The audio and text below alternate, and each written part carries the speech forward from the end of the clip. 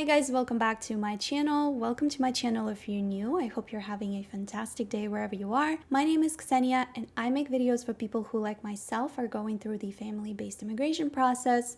I'm not an immigration attorney. My videos are based on publicly available information, my own experience, and the experience of my subscribers. The purpose of my channel is to give you guys the confidence to go through this process completely on your own. Today's video is specifically for those of you who are submitting a petition for your parents. Say your parents are visiting you in the United States right now, and you talk and you decide that you no longer want to be living apart and you actually want to petition for them while they are in the United States. There are two things that I want you guys to keep in mind and to discuss before you jump headfirst into this entire process. So first and foremost, when you file for your parent, evaluate if they are truly ready to immigrate. Unfortunately, there is a big number of residents of an older age. They receive the green card, but for whatever reason, they have to return back to their home country. In a lot of cases, the older generations, especially the ones who are not super familiar with the process and the whole idea of how US immigration works, some people may misunderstand that once you become a permanent resident and that you are a permanent resident forever. Unfortunately, that is not the case. Permanent residency, so your green card, comes with a lot of conditions that you must maintain in order for you to not only be able to become a citizen down the line, but also to continue to remain a permanent resident, to keep your green card. This is what I see in quite a few cases. Parents become permanent residents, but unfortunately, due to their age or due to a family emergency or whatever else the circumstance is, they have to travel back to their home country and end up remaining in the home country for a long period of time, which causes a disruption of their permanent resident status, or in a lot of cases, even completely takes away their permanent resident status. Now, if you are planning to be away from the United States for more than 1 year, you must obtain something known as a re-entry permit. And a re-entry permit allows you to remain outside the US for more than 1 year, but only up to 2 years.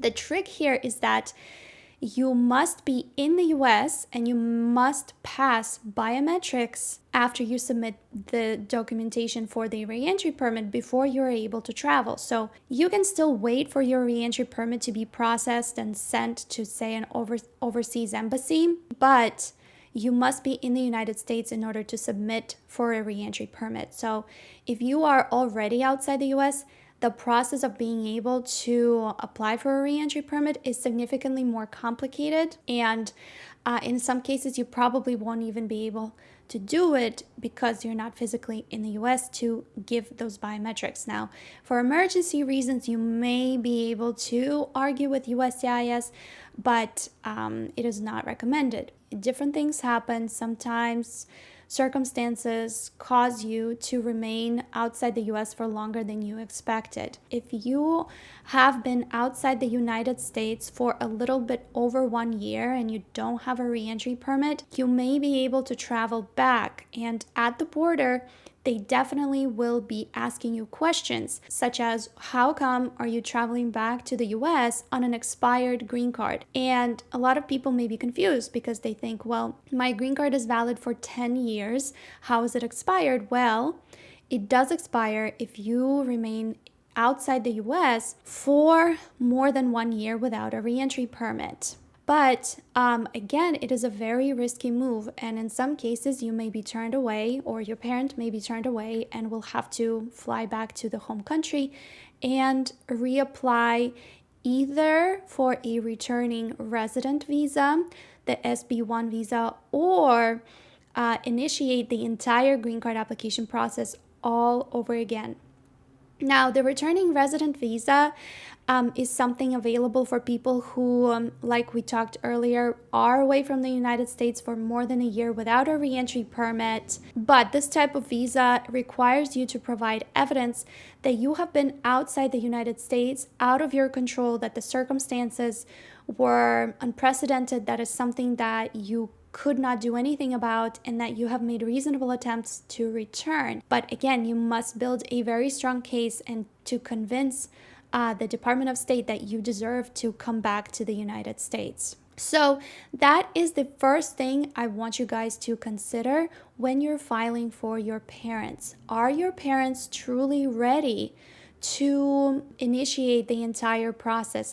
If your parents receive a green card, are you going to be confident that they will be able to maintain their residency in the United States? The second thing that I want you guys to consider, and that is even before you start the entire green card application process, the adjustment of status process in particular, is that the adjustment of status process at this point in time takes approximately 1 year to be completed.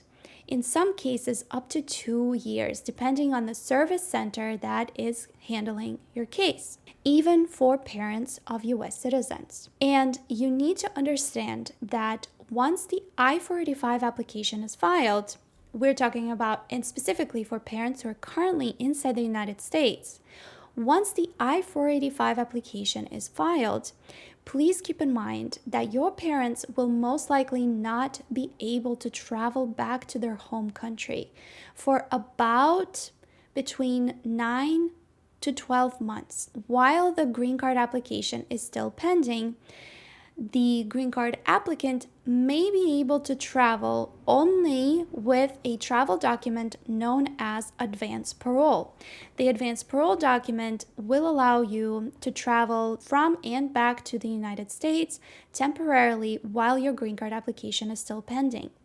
If you leave the US without that approved advance parole, you will have a very difficult time to come back to the United States, if at all. And on top of that, the I-485 application will be considered abandoned.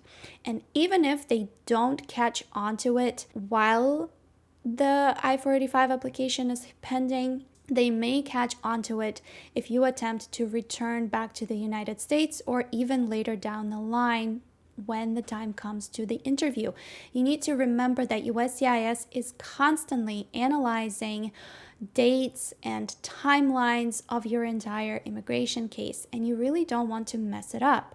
So again, that is something you need to consider when you are filing for your parents. Are there going to be emergency situations that may potentially cause them to have to leave the United States without advance parole? Maybe you have elderly relatives overseas.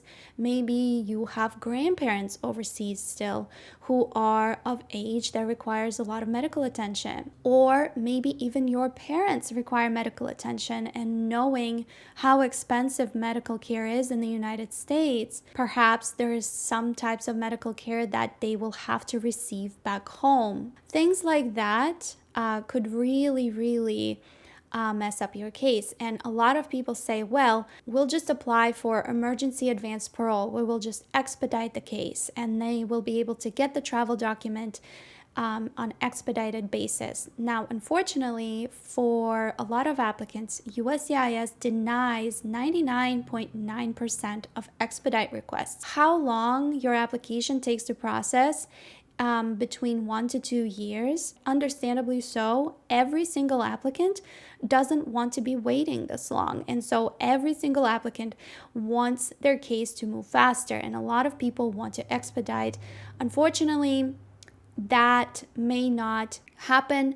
And again, that is something that you need to consider before you file for your parents. Perhaps in this type of situation, it would be better for you to initiate the process through consulate, such as for instance, submitting the I-130 petition and then having your parents continue the green card application process from overseas. So I hope that this video was useful. I hope that it didn't scare you guys, but I hope that it at least informed you and put a thought in your head. Maybe that is something that you want to discuss with your family before you initiate the process.